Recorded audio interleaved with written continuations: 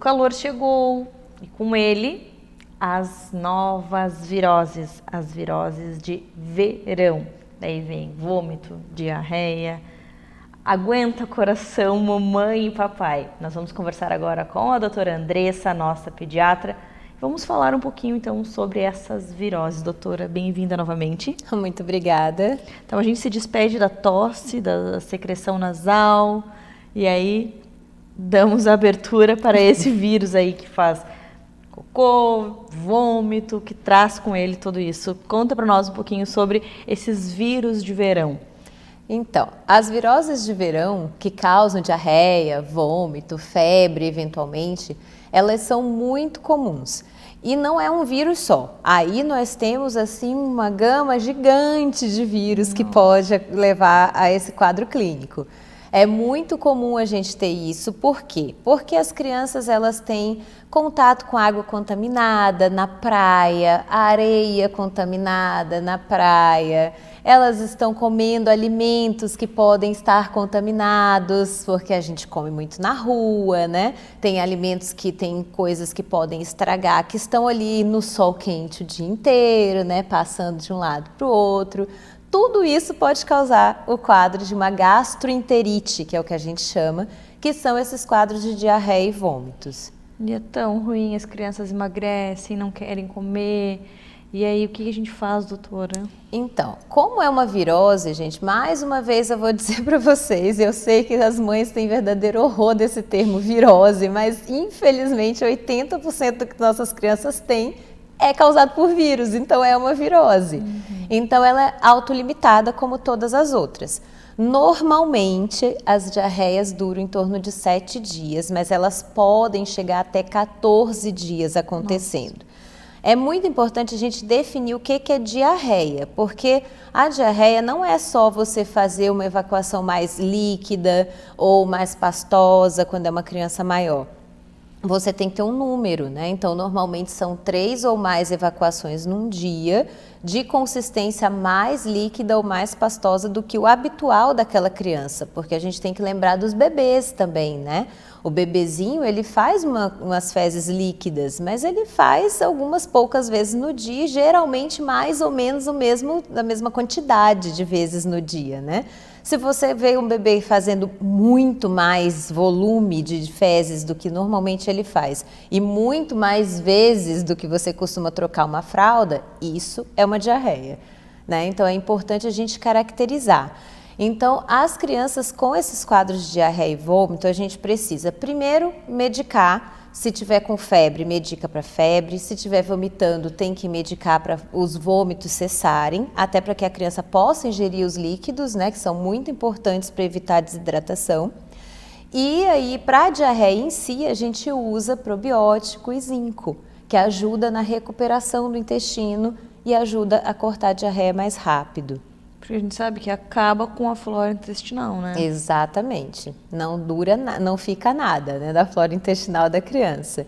Uma coisa que é muito importante dizer é que a coisa mais grave que pode acontecer com uma criança com diarreia e vômito é ela desidratar. Isso é muito grave. Então, o que a gente precisa mais insistir com a criança é que ela tome líquidos. Então, a mesma coisa que eu já falei aqui em outros quadros virais. A dieta, a comida em si, a gente não precisa se preocupar tanto. É óbvio que você quer que a criança coma para ela não perder peso. Mas assim, é mais importante ela beber líquidos do que a gente ficar insistindo para ela comer comida sólida. Então, na diarreia aguda, principalmente, é importante a gente oferecer mais água, mais soro de reidratação oral, né? Então, o soro de reidratação oral, você pode fazer o caseiro? Pode, mas você pode passar no posto de saúde e pegar o envelopinho com o soro que prepara na água, muito fácil, muito tranquilo e está à disposição no posto de saúde. E ele tem um sabor também? Não, na verdade ele parece uma água de coco um pouco mais salgada, assim, vamos pôr dessa forma, né? Mas também tem nas farmácias para comprar com sabor. Caso a criança seja um pouco mais difícil, né, de tomar medicamentos, tem sim com sabor nas redes, nas farmácias, né? Então o principal é a gente realmente hidratar, tentar ofertar o sorinho, tentar suco, água de coco, que a criança gosta, para ela não desidratar, né, doutora? E quem mama peito, continuar mamando no peito, né? É muito importante. E muitas vezes se fala sobre a questão do medicar para o vômito. Então, é correto, num caso de virose, entrar com a medicação para cortar esses vômitos que a gente sabe que a criança fica vomitando o dia inteiro? Sim, é muito importante, porque se a criança continuar vomitando, ela não vai conseguir ingerir o soro de reidratação oral, ela não vai tomar líquido, ela não vai conseguir comer. E essa é, inclusive, uma das indicações de levar a criança para o hospital. Se a criança não consegue parar de vomitar, você não vai hidratar a criança, ela vai desidratar, isso vai ficar grave. Então, essa é uma indicação, inclusive, de levar a criança para o hospital. Então, é bom a gente saber, assim, porque a gente fica desesperado. E qualquer coisa a gente corre para o hospital. Então, é bom a gente saber quais são, assim, realmente as necessidades reais de levar uma criança para o hospital. Então, pensando que a criança não para de vomitar e a gente... Quais são os sinais, assim, para a gente notar que a criança está desidratada? Primeira coisa que a gente precisa observar. Se a criança não para de vomitar, como eu já falei, é uma indicação. Se a criança, mesmo que você esteja dando água para ela, ela esteja conseguindo se alimentar minimamente, você vê que a criança está muito abatida, ela não brinca, ela não se mexe, ela não sai da cama, é outra indicação que a gente tem que levar a criança para avaliação médica.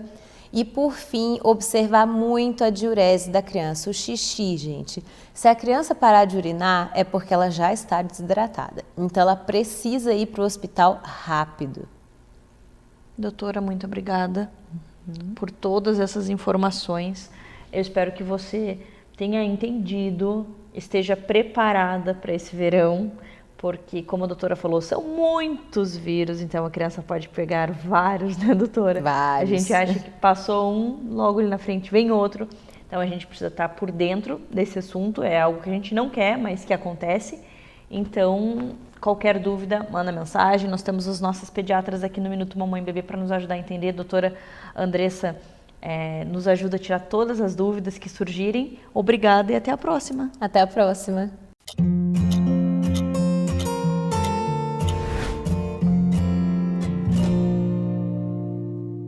Agora nós vamos falar sobre ortopedia funcional dos maxilares. Como assim?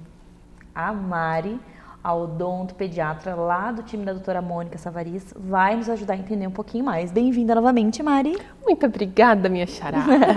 Então, a gente falou aí um título, um tema bem longo, e eu quero que nos ajude a compreender, então, o que é essa ortopedia dos maxilares. Conta tudo para nós. É um nome bem complicado mesmo. Mas a ortopedia funcional dos maxilares nada mais é do que você fazer o alinhamento correto dos seus dentes, dos dentes dos nossos filhos, através da realização correta de uma função desses dentes. Porque às vezes a gente tem uma língua numa posição alterada, um lábio superior, um lábio inferior muito hipotônico, ou às vezes sem tanta força de tonicidade muscular. E isso altera a posição dos dentes, porque qualquer força no dente altera todo o posicionamento dele. Então, a ortopedia funcional dos maxilares busca atrelar a função com o alinhamento dentário, que é muito importante. E como que faz essa magia acontecer? A gente tem as idades certas para fazer esse tipo de avaliação. Normalmente, a gente faz ortopedia funcional dos maxilares em crianças, porque é a idade em que a gente mais consegue ter um crescimento ósseo interessante. Não que não se possa fazer depois, até pode, mas é muito mais lento. Nas crianças é muito rápido, então a gente precisa avaliar o que a criança precisa melhorar. Então, respiração, fala, deglutição, melhorar o tônus muscular de do lábio, de certos músculos, ou melhorar a posição de língua, porque às vezes uma língua muito anterior, muito para frente, pode dar uma mordida aberta anterior. E como que a gente vai corrigir algo dentário se a gente não corrige a língua? A gente fecha com a ortodontia convencional, depois que libera os dentes do aparelho, volta tudo de novo, porque a gente não corrigiu a causa. E essa é a ortopedia funcional dos maxilares. Age na causa do problema e não só na parte dentária. Ai, olha só que interessante. E assim como várias situações, né, que a gente arruma só que a gente não arrumou a causa. A gente arrumou ali o que aconteceu por conta de algo. E aí quando a gente vai ver que tinha algo por trás daquilo e corrige, aí sim dá certo, né? E a ortopedia funcional é tão bonita porque ela trabalha muito com outros profissionais.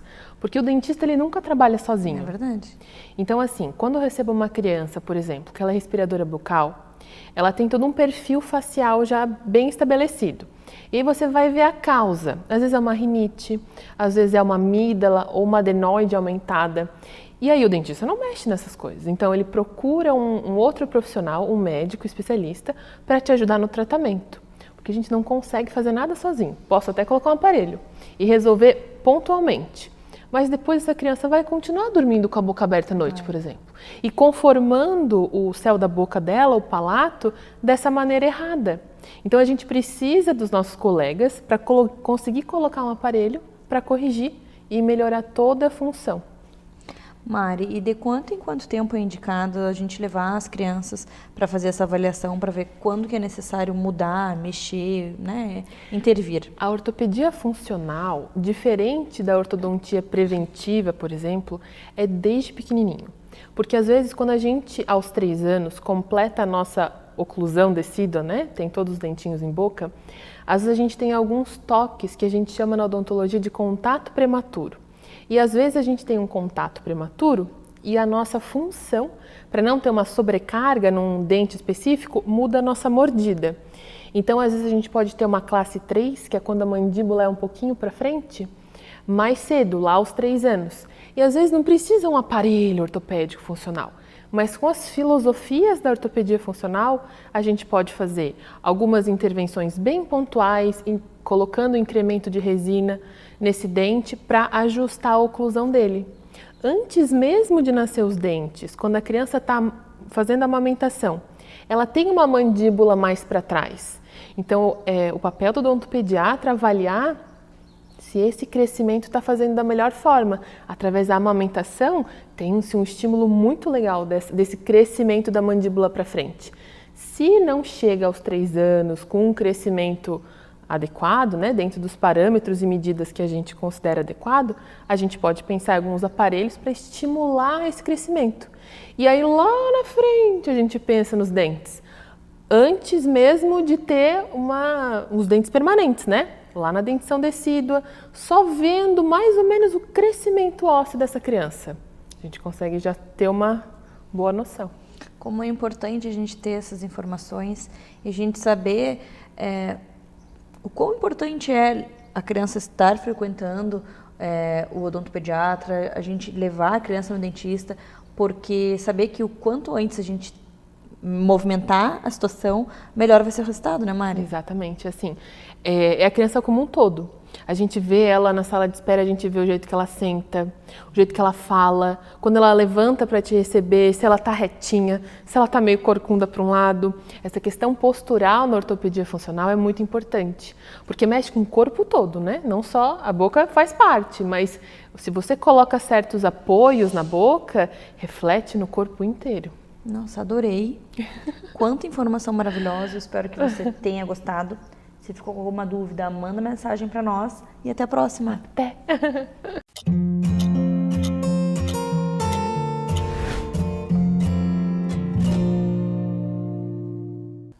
Agora nós vamos conversar com a nossa fisioterapeuta, a Valéria, sobre o conceito Bobat. Quando que nós vamos utilizar ele? Bem-vinda novamente. Oi, Mari, tudo bem? Tudo bem. Então, pessoal, a gente vai falar hoje como que esse conceito ele atua dentro do tratamento da fisioterapia. Quando que eu vou utilizar ele e como que eu vou utilizar? Principalmente ele foi criado então para paralisia cerebral, então o nosso público maior que a gente vai avaliar é a paralisia cerebral e a gente utiliza ele tentando modular o tônus dos pacientes que têm essa hipertonia aumentada e essa espasticidade presente na paralisia cerebral. A paralisia ela é uma doença não progressiva, então a gente vai atuar principalmente para prevenir deformidades nesses pacientes e melhorar a qualidade de vida deles. Então, todo atendimento a gente reavalia e vê a necessidade da aplicação do conceito e qual é o manuseio que eu vou utilizar durante esse atendimento para melhorar e diminuir esse tônus desse paciente e como resultado, ele vai ter uma melhora desses movimentos e ele vai conseguir realizar, então, todo o processo de vida diária e todas as dificuldades que ele apresenta com essa hipertonia aumentada. E quando a gente pensa num acompanhamento, onde a gente está usando o conceito, existe um tempo, um período que esse paciente vai fazer sessões, cada paciente precisa de um número de sessões? Como é que funciona essa avaliação? Com certeza, o paciente ele precisa de fisioterapia para o resto da vida, a gente fala, então ele vai ter que ter um acompanhamento com o fisioterapeuta e com toda uma equipe multidisciplinar constante na vida dele, por conta dessas deformidades que podem apresentar.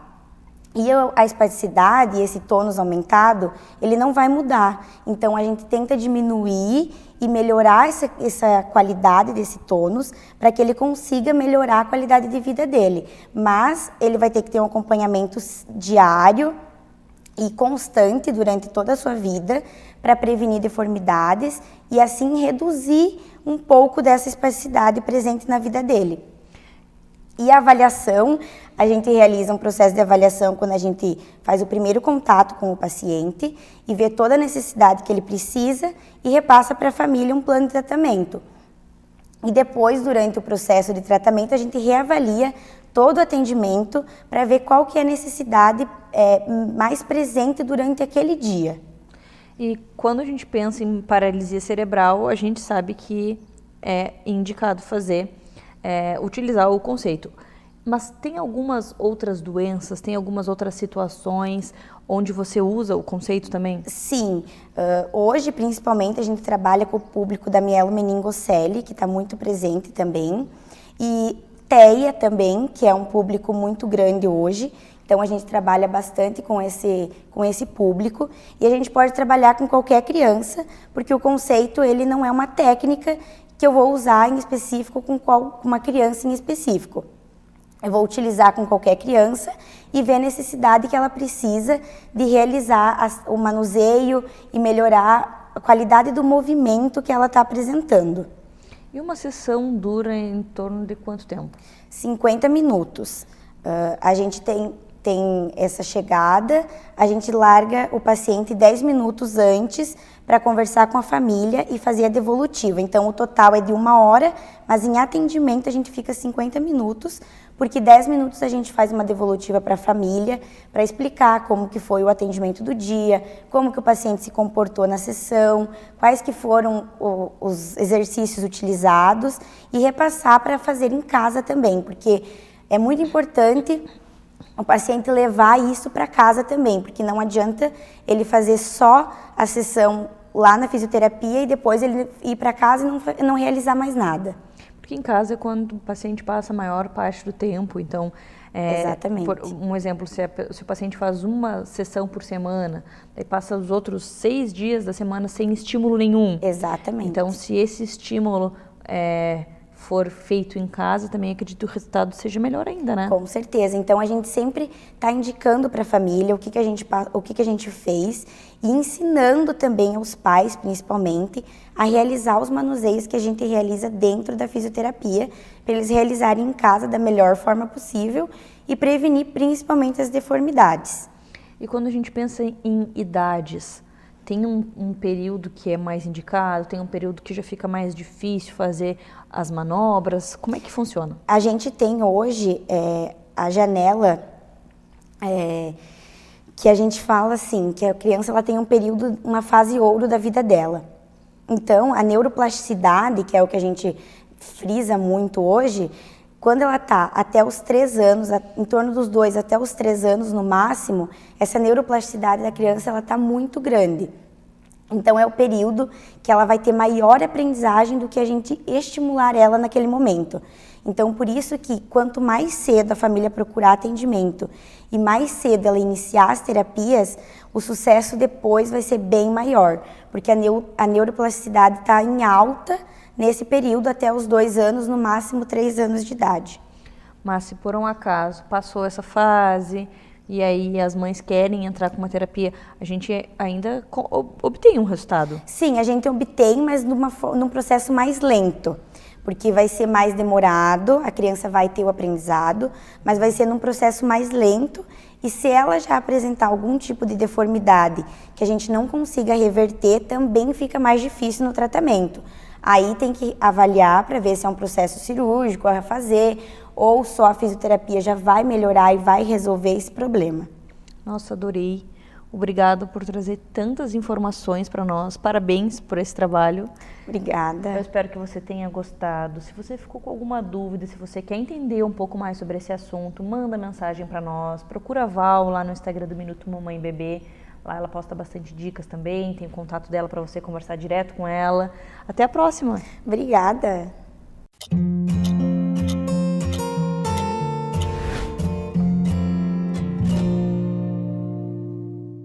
Dia 27 de novembro é o Dia Nacional de Combate ao Câncer. Então, hoje o nosso assunto vai ser voltado para essa doença e a gente quer entender um pouquinho hoje, te ajudar a entender a relação do câncer com o fonoaudiólogo.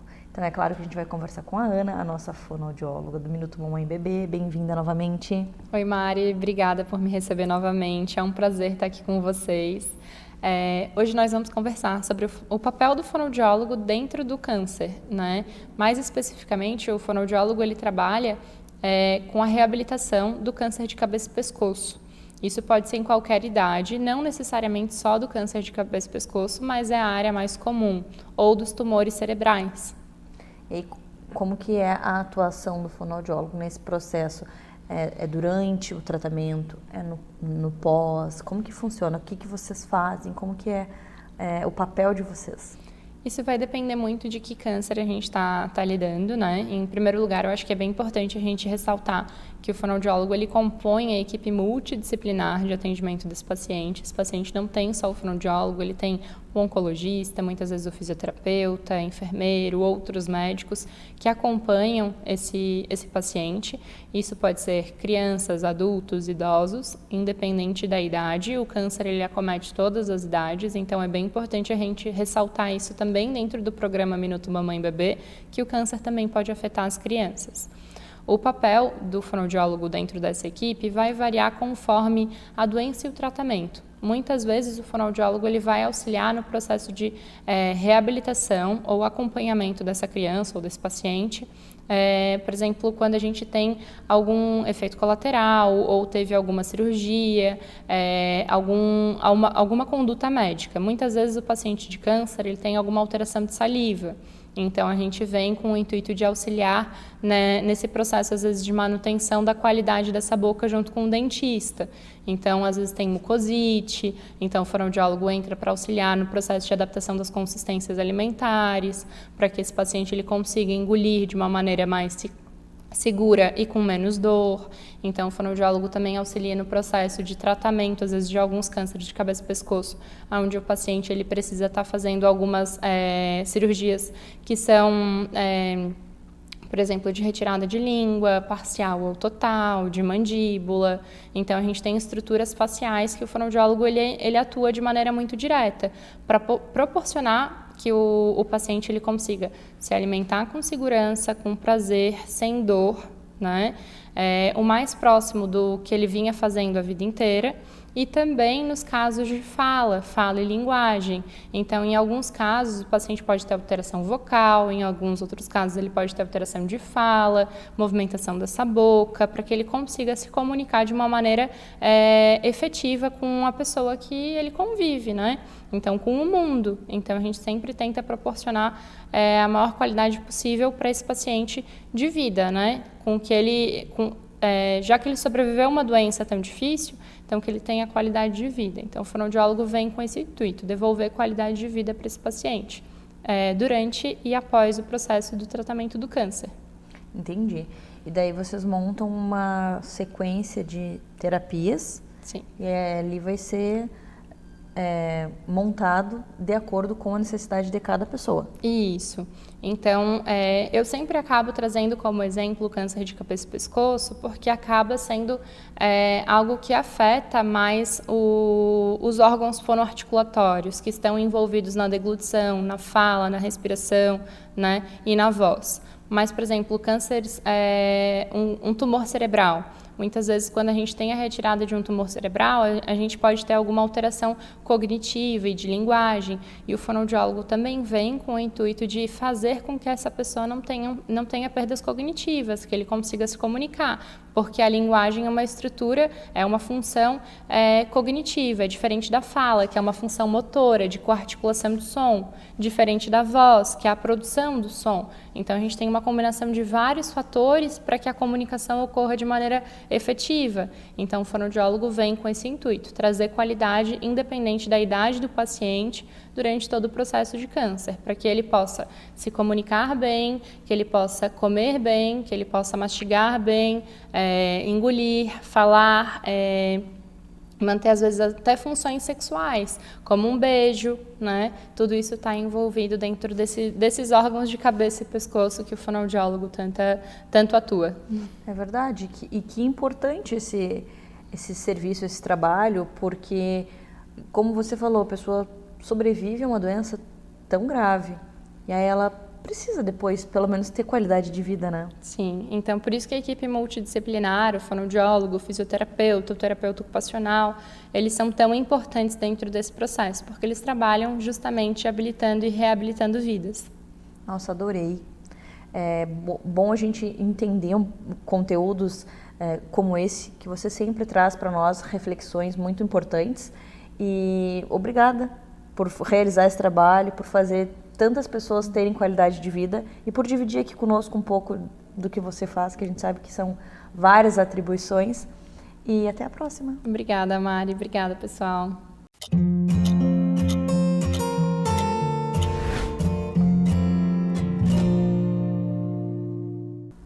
Vamos falar sobre o tratamento da puberdade precoce. Quando a gente fala em puberdade, é óbvio que a gente já liga esse assunto com a nossa endocrinologista pediátrica. É isso mesmo, quem cuida dos adolescentes de puberdade é o endócrino pediátrico.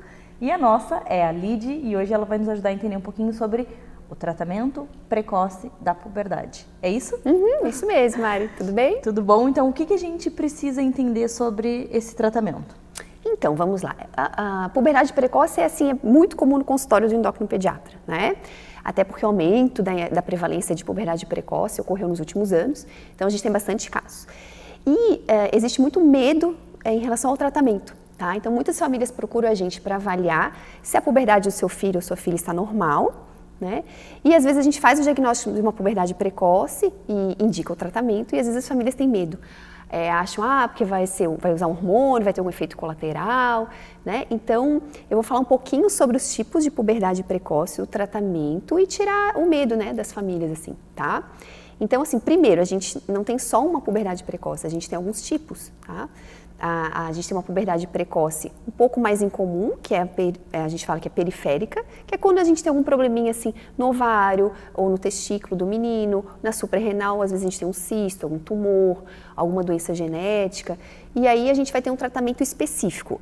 Esse paciente não tem escolha no tratamento, ele vai ter que tratar, né? Porque são doenças geralmente um pouquinho mais graves, e vai ter o tratamento, pode ser uma cirurgia, medicação, né? Mas a puberdade mais comum, a puberdade precoce mais comum é a puberdade precoce central, né? Essa é a grande maioria dos casos. E o que acontece na puberdade precoce central? A gente tem uma ativação do nosso eixo hipotálamo, hipófise e gônada. O que é isso, né? A gente tem assim, a nossa hipófise é uma glândula que fica ali na base do cérebro, que é vamos dizer, a chefa, né, da produção hormonal do nosso corpo. E ela é comandada pelo hipotálamo, que fica ali próximo ali no cérebro. Então chega algum momento que existe um start, né, e o hipotálamo vai dar um aviso para a hipófise e começar a produzir hormônio, né, o hormônio que vai estimular a gônada. Então a gente tem o GnRH, os nomes não interessam, mas depois a gente tem o LH e o FSH que vai agir onde? no ovário da menina ou no testículo do menino, estimulando a produção de estrogênio e testosterona. E esses hormônios, então, estrogênio e testosterona, que vão estimular a puberdade. Então, vai aparecer os sinais de puberdade, né? A mama, na menina, os pelos, vai desenvolver o útero, né? No menino, o aumento do pênis, do testículo, tá? Os pelos também, né? E os caracteres sexuais secundários à puberdade. Seria normal na menina isso ocorrer a partir dos 8 anos e no menino a partir dos 9 anos. Mas a gente tem tido bastante casos de puberdade precoce, né? Por essa ativação precoce. Até dando um adendo, assim, tem sido bastante estudado o porquê desse aumento dos casos. E obesidade é um fator importante, né? A gente teve aumento de obesidade, né, nos últimos anos. Excesso de telas, tá? Então, excesso de telas, ela também estimula a puberdade, tá certo? Né? E a gente tem outros fatores, assim, os disruptores endócrinos, que são compostos artificiais que a gente tem aí na comida, na água, no ar, que a gente não tem muito como controlar, né? Mas então, esses são interferentes que têm aumentado os casos de puberdade precoce. E o tratamento, né?